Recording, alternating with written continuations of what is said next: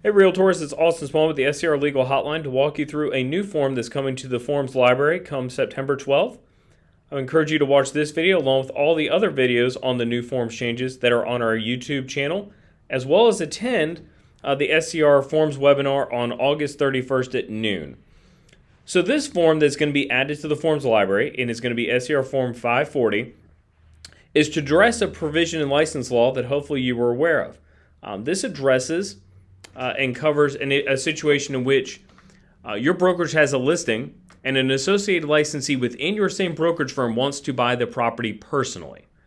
Under license law, the seller of that property is not obligated to pay the brokerage firm any commission, both buyer and seller side, unless the client has agreed in a separate writing that they are aware of that and wish to pay the brokerage anyway.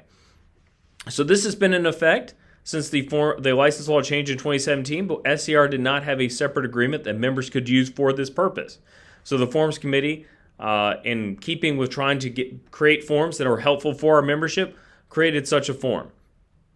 So what we have at the very top is it talks about what the property is, who the buyer is, seller, and the brokerage firm. Paragraph 1 mentions that the seller is someone who has a listing agreement with the brokerage. Buyer is an associated licensee with the brokerage. 2 list out the relevant license law, and then 3 is really the meat of the form. And so there's 2 choices the seller is going to have. Either they agree, they waive their obligation to pay the brokerage a fee. So in other words, the brokerage they're not going to pay the brokerage at all because that is their right under the statute.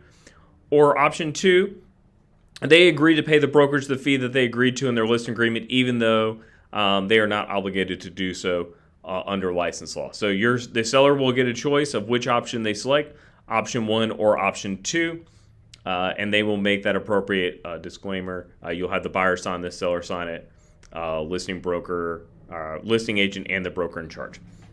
So just a simple one-page form.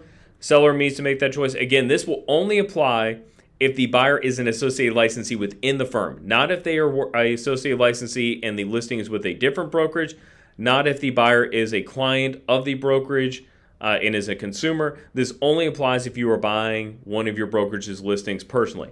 If you have any questions on this form, as well as any of the other upcoming form changes, I encourage you to give us a call on the hotline or email me, austin@screaltors.org. Thank you.